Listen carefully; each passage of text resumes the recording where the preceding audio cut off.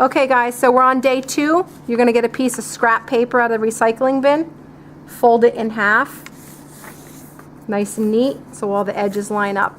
Take 3 fingers, draw an opening. This space is going to stay open when you stitch. Bring it to the machine.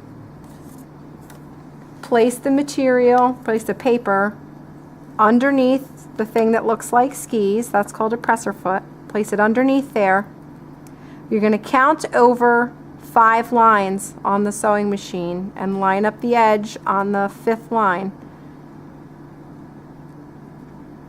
Hover the needle over the first line that's closest to you.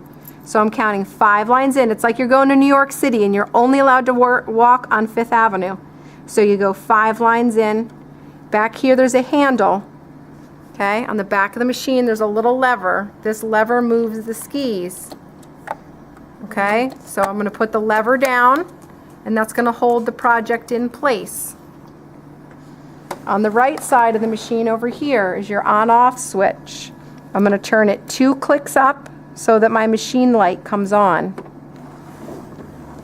There's a pedal on the floor. This is just like driving a car. You get in, step on the gas and go. But don't forget to steer. So we're looking here. At the beginning of your stitch you need to make a knot. Why do you button your pants when you get dressed? When you put your pants on, if you don't button them, the zipper is going to come down. You got to button your pants at the beginning. So you make a knot. Step on the gas and go forward about 3 stitches. So count to yourself. 1, 2, 3. Now on the right side of the machine here there's a picture that looks like a little U-turn. All you have to do is pick up this knob and hold it up. So with one hand I'm holding, with my other hand I'm guiding. I'm going backwards over those same stitches. 1, 2, 3. Okay, it's about 3. It doesn't have to be perfect. Now you step on the gas, go at a controlled speed. You're still looking over here to make sure you stay on that 5th line. When you get to this line here, it's like the crosswalk. When you get the edge of your paper gets to this line, you're going to use this wheel on the side of the machine. Bring this wheel toward yourself, so toward you like this. Bring it toward you until your needle goes down into your project. This is what we call a pivot. The needle must stay in the project before you make a turn. Lift up your skis. So I go back here, lift up my skis. I turn my project. I count my lines. 1, 2, 3, 4, 5 and a half. I went a little bit too far. So I give a little angle to my paper, put my skis down.